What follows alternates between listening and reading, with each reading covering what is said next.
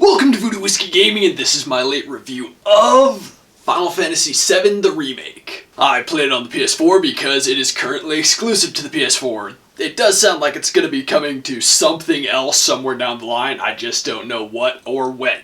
So let's start with the story. You play as Cloud Strife, who has essentially reunited with his old friend Tifa Lockhart, and she has gotten him wrapped up with basically a terrorist group. I don't really know how else to phrase it, but they're fighting big evil corporation to try and save the planet, and I've got to say, that's not new. We all probably already know that story because Final Fantasy VII is such an iconic game. But what I will say is that they've done some really cool things with the story. They've added a lot of depth to it. They've gone well beyond that traditional, you're the hero, it's just that simple kind of logic. But even beyond that, like, the places you go to, the people you meet, there's a lot more story to all of them. But that being said, it's not flawless. There are definitely a few things that they added that I didn't feel were necessary. Like, this part kind of blurs a bit with gameplay, but they added a boss fight at the end, which I don't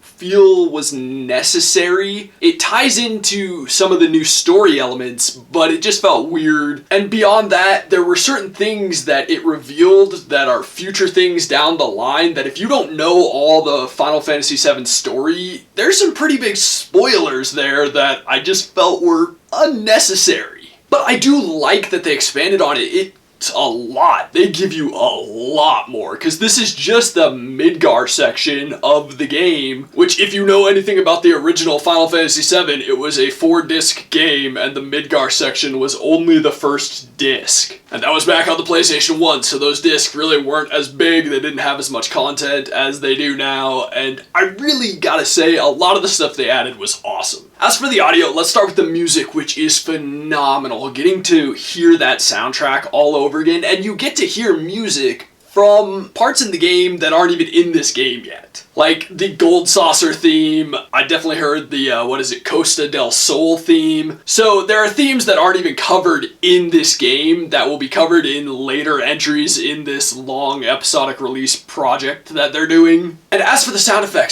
effects are amazing in this game, from the combat to the city to just everything, the animals, the monsters, all of that. They all sound really good. Now, as for the voiceover work, I am going to be nitpicking a bit here. For the core characters, Barret, Tifa, Aerith, Cloud, etc., the voiceover work is fantastic. These aren't all voice actors that we've heard before for these characters, but they do a very good job with them. It's a lot of the secondary characters where I have issues with. I feel like they have been done better. A couple that really stood out to me were Reno and Sephiroth. When you hear him speak, they've been done better. They were done better in Advent Children. And there are several other characters where I feel the same way. I will point out that Reno, along with a couple of the other characters, I'm not sure if it's the writing or if it is purely the voice acting, but it definitely imparted something new to the character that I didn't love. Reno always used to be a smartass, but he wasn't a complete prick and you didn't hate him, whereas in this you kinda hate him because he's just a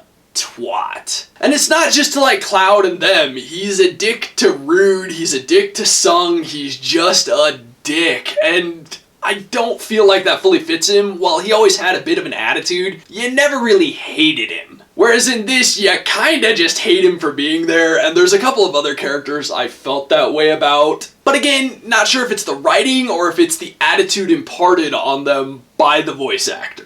As for the gameplay mechanics and whatnot, this is a third-person action RPG. It's definitely very much in line with what Square Enix has been doing more recently with their games. It's a far cry from ye olde turn-based games, although you can mess with combat and make them much more turn-based. I don't see why you would. I really like the more action-oriented version. And while you have that freedom of control, you can easily switch between your other party members, or you can basically slow down time and issue commands to them. That was a good way to control the flow of battle, and it was a good way to keep myself healed. Going beyond that, there is a bit of not open worldness or necessarily linearity to it. It's a combination of the two. You can really explore quite a bit, but overall it is still a much more linear experience. There are certain chapters where it's not just focused on the main mission, you can actually take on a variety of side objectives, and even beyond those, there are a variety of side objectives that range to VR kind of arena training stuff. There's a character you can do all sorts of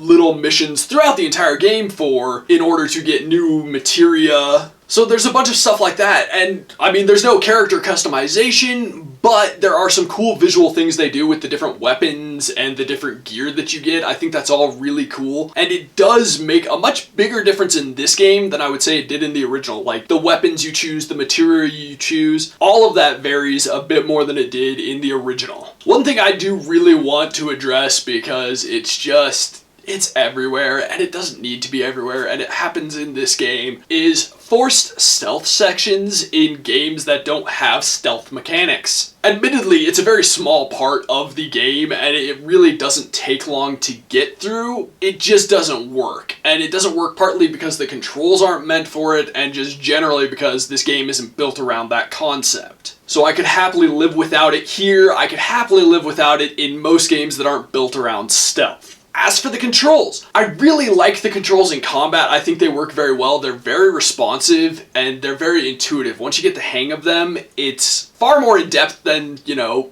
oldie turn-based RPGs, but it's not so complicated that you can't figure it out. And once you do, it works very well. One complaint I do have everywhere else, though, is the movement controls are not very precise. There are definitely times where I was trying to move in a much more precise way, and I just couldn't. Like, that forced stealth section kind of screwed me on that several times. Overall, though, I feel like the controls work well throughout the game.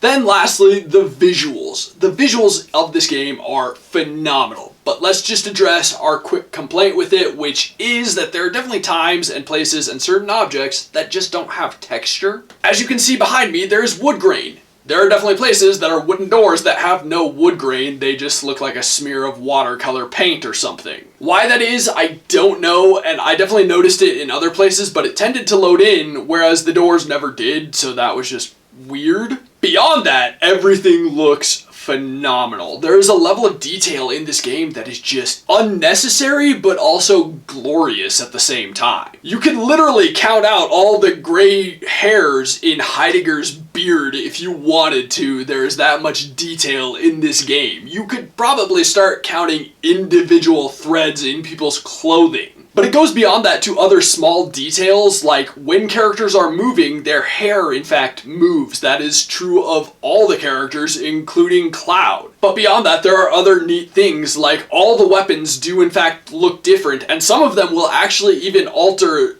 a character's fighting style, which I know goes a bit into the gameplay mechanics section, but it's cool that they went there based on the different weapons that you have access to. But honestly, the amount of detail in all the characters, in the creatures, in just the world itself is pretty damn impressive. It makes this hands down one of the most beautiful games I've ever played. So to wrap this up, to put it simply, while I do have my complaints with what is there, none of them ruin the experience. The overall experience is fantastic. This is quite frankly one of the best remakes I've ever played. I know full remakes like this are kind of a new thing, but I've got to say this is the new gold standard in my opinion, because it adds a ton of new content. Visually, it's just completely outstanding. Everything they've done helps modernize this game and bring it to people who have probably never touched the original game because they probably weren't even born when it came out. But at the same time, they don't ruin the experience for the people who have been in love with these games for years. Final Fantasy VII was one of my earliest experiences with an RPG, so going into this, I was very skeptical. But at the same time, admittedly very excited, and it really did live up to what I was hoping for. It is, at the same time, a massive bummer that this is only like 1/4 of the game, but still, it leaves me very excited for what is to come. So as you can probably guess, this is a recommendation. I have no reason not to recommend this game. It is fully worth paying for. It is fully worth all the time you will put into it. Okay, so in the comments down below, why don't you tell me, did you play the original Final Fantasy VII, and who was your favorite character?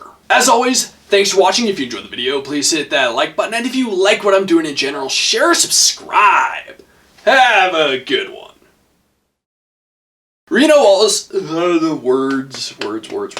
There's not a lot of Words today, man. Ugh. But let's just wrap this up. There's not a lot. God damn it.